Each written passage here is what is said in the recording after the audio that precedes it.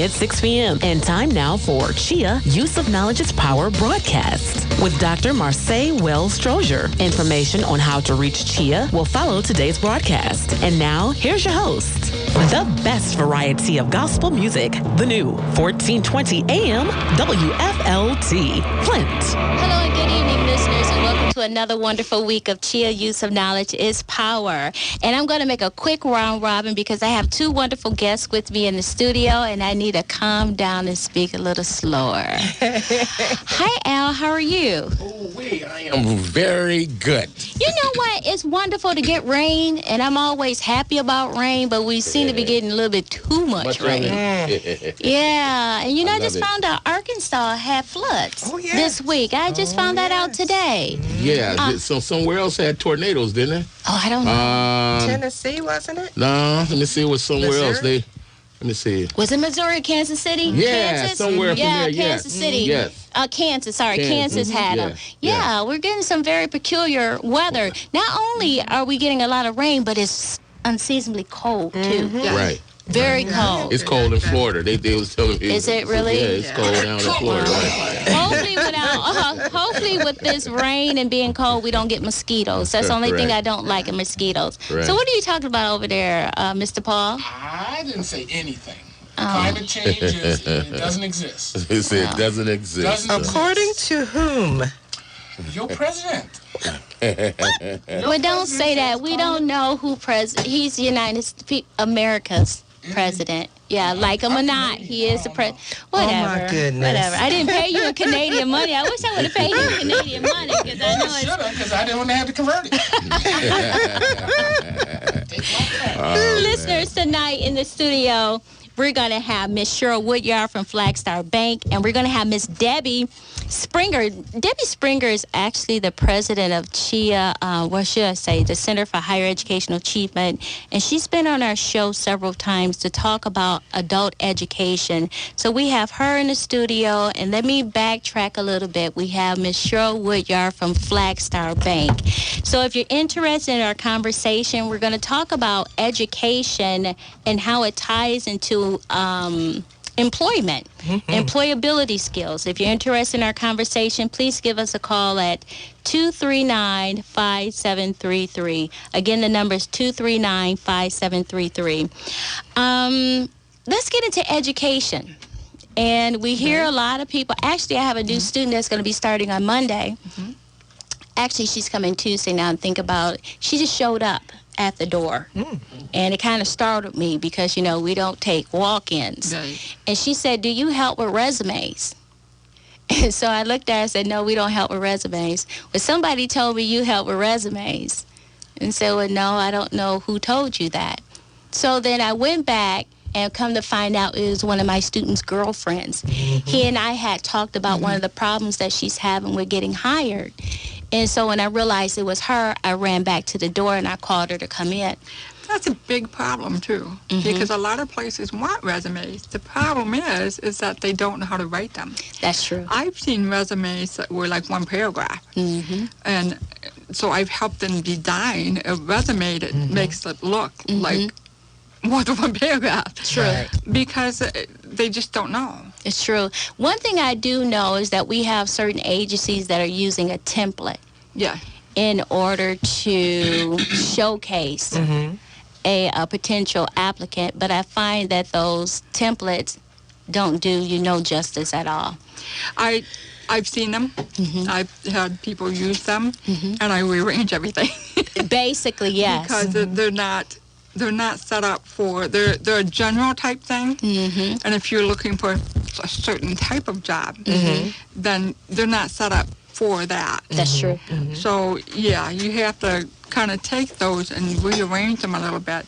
And that's what a lot of people don't know how to do, because they don't know they've not been taught to write resumes. That is true. So that goes all the way back to knowing how to write correctly and to read. So let's talk about some basic education skills just to write a resume. Writing incomplete sentences. Yes. That and making sure you have your dates right. Yeah. That is true, too. One of the biggest things is making sure that your education and your dates are right. It depends on what you want to stress on a resume, too. You want to address your skills. If you don't have any more than high school education, you want to address those skills. And if you've had any volunteer work, you want to address that. So yeah, and they don't know how to do that. And that's one thing I think that we need to maybe look at, is teaching people how to write proper resumes so they can use them on job searches. That is true. That is true. Something that I learned when I did a job readiness program for ARP, for the individuals who worked under the table. Now, we're talking education before we even get to you, That's when okay. we get to the employer. That's we have important. a lot of individuals who have worked under the table, and they think they can actually put that on the resume as a job. Not related work experience. Those are two different things. Right. But they put that as a job, and that is something that they cannot do. Right. Well, because as an employer, I am looking to verify the information that you're sharing, and so I can't call your uncle that you were helping him do, That's true. engine work on cars. Right. Is he certified? Does he have his licensing? So that's one of the reasons.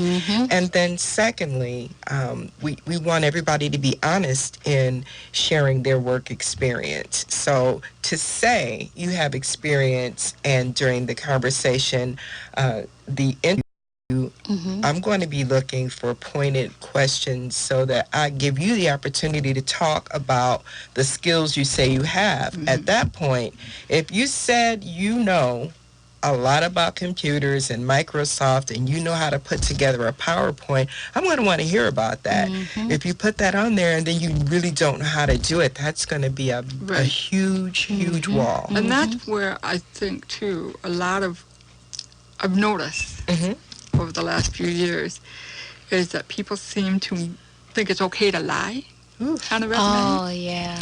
Well, I've we don't want to call it a lie. They just embellish. Okay. They embellish. Not totally what really happened. But I think that is a very negative thing when Very it much comes so. Of course to it is. once you get into your interview and they start asking you about this stuff and it's like, wait a minute, something's not clicking here. You can pick it out really quick. That is true. That is true. Absolutely. So it's almost like saying that you should write your own resume, but then you have companies who write resumes and say, no, we'll do it. But I feel as though because there's so many, the internet now, you don't have to reinvent the wheel. I call it perfecting the wheel. You can go on the internet and look at some templates to give you a guideline as to how to write a resume. Because I come to find out if your resume is like written at a certain level and you come and you talk to me and you speaking at a different level than what you've written at, Yes. something is wrong. Yes, Right. that's an issue. That is That's an something issue. is very wrong, and people don't look at that. It's good to have a professional to look over your stuff, but sometimes having a professional person to write your information is not going to benefit you. Right. Education.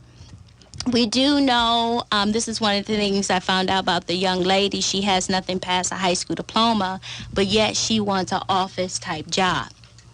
And so my antennas went up. Well, let's see, you have no new skill sets. I'm sure you don't know finger placements on the computer. I'm sure she doesn't know PowerPoint, Excel. Excel is one of the most important things on a job to be able to use, and That's Word. it. Absolutely. Even if you don't know Excel, if you don't know Publisher and PowerPoint, that's a different level. But most jobs that excel and to be able to use Word, that's like a mandatory thing. And something about new employees now, they think job requirements, It's just a suggestion. and these are the things that we're going to train you on. These are the things that we're asking you to already have. And then most organizations going to teach you how their organization works. Around But then what they- there Around you those go. skills. And so we find a lot of people that are not employable. So those are my antennas that went off. So I'm going to have a wonderful conversation with her Tuesday. But we have a lot of people that have no new skill sets, but they want to be paid $15, $20, $30 an hour for what is considered a blue-collar job. So what is your take on adult literacy type programs and preparing people for the real world? Well, that's one thing I've always, because I work in law with students that are mentally disabled and learning disabled. I do a lot of volunteer work, but for the ones that are not, like the ones you work with, there need to be some type of, as they learn how to read and learn for the GED, we need to maybe look at some type of classes or something that will teach them resume writing, teach them skills to say, okay, you don't have the skill to get this job, so don't apply for it. That is true. Basically. Because you're going to set yourself up for failure. And once people start feeling, when they start looking for a job, and they don't feel good about the interviews that they did, it's very discouraging. Yes, they're going to stop looking. It is. And so there you've got this person who's gone to 20 interviews. Because she's looking for a certain job, like this young lady, and she's not getting them. Pretty soon she's going to give up. Yeah. And I think that's where she's almost at until her boyfriend referred her to us. And so I told her over the weekend, I don't care what you've done. If you babysat, if you picked up trash, write it down. Because something that I learned when Dennis Winan was on this show, the prisoner reentry, and from the individuals who have been incarcerated for a long period of time, normally don't have a resume. No. However, the things that they done while they were incarcerated was work-related experience, not employment. Right. So when he said that, I'm like thinking, yeah, a lot of people have a lot of experience in something, but it's not employment history, but it's work-related. And there's a certain way we can put that on a resume that can fill in some of the gaps. That, you know, Miss Woodyard is talking about when she's interviewing a person, because they really look at those gaps. Why do you look at the gaps? In two parts. First, I want to know what was going on. Were you being educated? Were you taking care of a sick family member? Was it a choice based on something happening with family or child rearing? Or was it incarceration? Incarceration is not a bad word. It's how you handle it. That's true. That needs to be addressed with complete and total candor.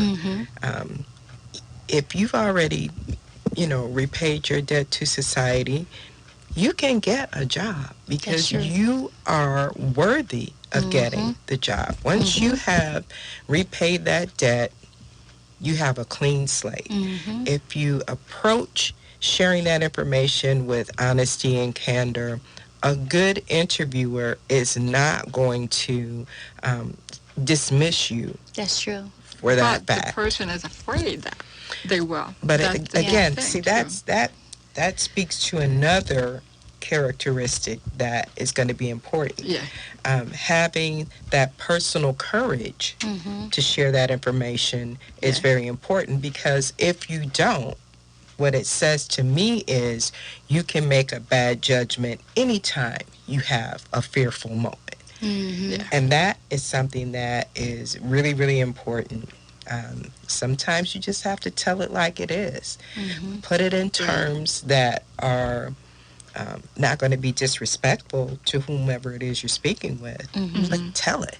True. Tell it. True. And even right now, I mean, I've been working for Flagstar Bank for almost 15 years. There are some areas that are still a challenge for me. And if asked, I let whoever is asking me to join a task force or plan an event, whatever it is, if there is an area of that where I know my skill set may have some deficiencies, I will let them know. I'll say yes, absolutely. But if you need me for this or that, I may not be as quick and as sharp as you need me to be. If you still want me, I'm here. This is an opportunity for you to show me, and I'm willing to learn. And that's another thing. Also, too, I think that if you're interviewing somebody who has been incarcerated, and they say, well, this is what I've done when I was in prison. Yeah. My thought is, he was productive. Mm-hmm. Absolutely. Or she was productive. Mm-hmm. Even though she couldn't, or he couldn't get out of jail, they were being productive in jail. That's a good step. That's a true. good thing. And that's a positive thing. And I think sometimes they're afraid to express that. And you're right, it's having the courage to say, okay, this is what I did when I was in prison. But it shows the interviewer that this person is willing to take that step to do something. Because guess what? Everybody has to be ready and willing to take the step, no matter what your background is. Having that personal courage to enter the workforce, give it what you got, go hard every day, learn, be teachable, and that's another big thing. It's difficult to work with someone who cannot take instruction. That's true. And that goes back to education. If it was difficult for you to get the basics, and because you have to remember, a lot of people who are incarcerated, a good majority of them have low-level reading. Oh, yes. A good majority of them. And so when they get out of prison, they still have that low-level reading, so that getting that job is going to be that much difficult because they may not even be able to read the application. That is true, but I do find that a lot of them that are at the lower level who are employed, they're doing the physical labor type jobs. They're not doing jobs where they can be independent and think. They are doing things that they've been told to do, and it's a routine over and over and over. And after a while, that breaks your body down, because you can't continue to be lifting heavy things as you age, doing things at a certain speed in order not to slow down that line. I haven't met one yet that hasn't been incarcerated, and if they're working at those smaller factories. And the sad part is that's what's happening, is that they're starting now, they're tired because they work, and I still don't see how it's legal. Maybe legal services, they'll be back on the show next month. Maybe I'll bring it up. But a lot of them are working, over 40 hours, and they're not getting paid overtime. Now, I don't know if that's something from what I've worked. Anything over 40 hours is overtime. It's overtime, yes. But some of these individuals that are in factories, and they really can't say anything. Some of those small factories, though, can get away with that. Yeah. They get away with not paying overtime. That sounds like Isaac. What is Isaac? Paul's dog. Oh, no, honey. Isaac's really good, but he won't come in. So that's good. Yeah, no, he won't come in. So, they're working at those factories, and they're working so many hours, and they're tired. And not only are they working more than 40 hours a week, 7 days a week. 7 days a week, That was like General Motors stories where, you really got paid double time and triple time, but they're not getting paid this amount of money in these factories. But this is what's happening when you don't have an education, or when you have a limited amount of skill sets and you need to be employable. I do know that, like a trap almost, those who receive cash assistance from the state, you have to be employable. Well, shouldn't be employed. You should be gainfully employed, going to college, not a GED program, which is so backwards. You have to be volunteering somewhere. You find a lot of those individuals are working the lower paying jobs in order for them to stay in compliance with the state, in order for them to receive their benefits. Okay. But receiving a GED, it doesn't count towards them getting their benefits. It's so backwards. But if the individual would just look at what's really going on, you try to talk to some of them and say, look, even though getting your GED is not part of your core hours to get your benefits, you still need to do it. You still need it. because every administration that comes in, they're going to change it. They're going to change it. It's not for the benefit of you, the recipient. It's the benefit for the government, is how they're going to save money or how they're going to continue to control you. It's not always, and we have a new teacher at CHEA. We were so blessed to get a former dean. Oh my! And former college, English college instructor who's now over at CHEA. Yay! I'm so happy, Mr. Carey, and he's going to be co-hosting with me next month too. So I'm so happy about looking that. Forward to hearing that. But he and I were just talking about this week how everyone thinks that when you go to college you need to get a degree. You don't necessarily have to get a degree. If you know you need some computer skills, you go and you go to a computer training class. If you know you need some other type of skill set, go to college. Now, even though they're going to put you in a program of study, you just got to go through that process. But you never have to go just to get a degree. Well, like the young lady that came to you, if she wants an office job, she's going to need to know how to use a computer. Yes. She needs to sign someplace that teaches computer skills. And I'm sure that Matt has small classes for that, that are short-term classes for computer skills, secretarial work, that type of thing. She needs to look into that. Yeah, and that's something we're going to talk about, even though we do just some basic things on the computer at CHEA, but it's to really talk about, tell individuals you don't have to go to college to get a degree. We have a lot of people that are spending money on certificate programs, and they're not I'm seeing jobs. a lot of that. Right. They're not jobs in those certificate areas. Yeah. You know, you don't have to spend your money on that. If you're going to spend your money on going to college, hello. Get it in something where you can use it. You know, I told someone years ago, my original degree is in interior design. I wish someone would have talked to me, or maybe if they would have talked to me, if I would have listened. That was another thing, too. This place wasn't a place for interior design. This was a place for automotive interior design.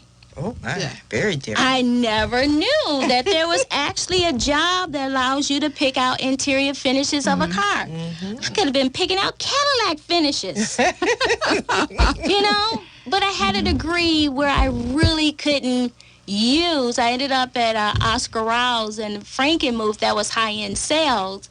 But, you know, it was nothing like being in California and how they have the shows and stuff. But to know that if I would have went into automotive interior design, I probably would have never went into teaching unless I got tired of picking out fabrics. And, you know, I could have left General Motors and went to BMW and went to all those type of things. But I think a lot of times, I'm not saying that, I don't want to say it in the wrong way, but enrollment counselors at certain institutions aren't telling students the truth. They're saying enough to get them enrolled in order to get them in debt. Yeah. And they end up with a degree that they can't use. That's why we don't have a lot of millennials that are going to college now. Or they're waiting a year or so. The word is find themselves. You know, my mother told me if I needed to find myself, I needed to get moving. And I'm going to tell you what, I found myself real quick. Listeners, if you're interested in our conversation, please give us a call. I'm sorry. I think, too, that when you take a look at the city of Flint, and you have people who are educated, and you've done a lot of interviewing, there are so many people out there that need jobs, that the jobs that are the higher level jobs are getting filled, but the lower level jobs are not. And there's a big problem there with that. Well, this is something that I've learned, is that, not to be the bearer of bad news, but I'm just going to be honest. One of my other students, I was telling him that, you know, his girlfriend needs to go back to school. And he thinks because she makes so much money, she didn't need to. And I said, well, look, let me tell you something. There is no need for her job in about 2 years. He said, why? I said, well, I went to McDonald's and I placed my order on a kiosk. Yes. What about calling ahead? There you go. Do you know Walmart At night now, there's no one that's cleaning the floors. There will be computerized cleaners now, sweepers, shall I say, that's going to be doing the mopping of the floor. Honestly, computers will put out lower entry jobs, and foreign individuals would do it from countries where they don't have to have an education. That's just the honest God truth. And Americans, if you don't get an education or the skill sets, you're going to lose out. Because this is something that was lied to Americans. And for us who work with a lot of foreign individuals, most of your foreigners who come from the Middle East, who come from Africa, they are educated. The lie that was told to America that the foreigners come here are educated, that is a living lie. The only thing you have to do is go to your hospitals. How many American doctors do you have? Another thing about foreigners, they believe in entrepreneurship. United States is a consumer. We constantly buy. So we're always employed by someone, so we can constantly buy. But when you have foreigners that come over here to this country, they open up a business. And what they do, they put American in the front who's working the establishment because, you know, they already know they're going to be discriminated against because how Americans feel about foreigners and thinking that they're taking the jobs or they're running everything, even though a lot of United States is owned by foreigners, and the government has done that, sold a lot of United States. But America educational system is broken. People have to now understand that no one is going to come and save you. You have to learn how to save yourself. Save yourself. The government isn't here for you. The government is here for themselves. And actually, in some ways, we are for the government. You know, we were created to be slaves. And people think slavery just had to do with people of color. No, all Americans. No. I figured it out one time when I was working.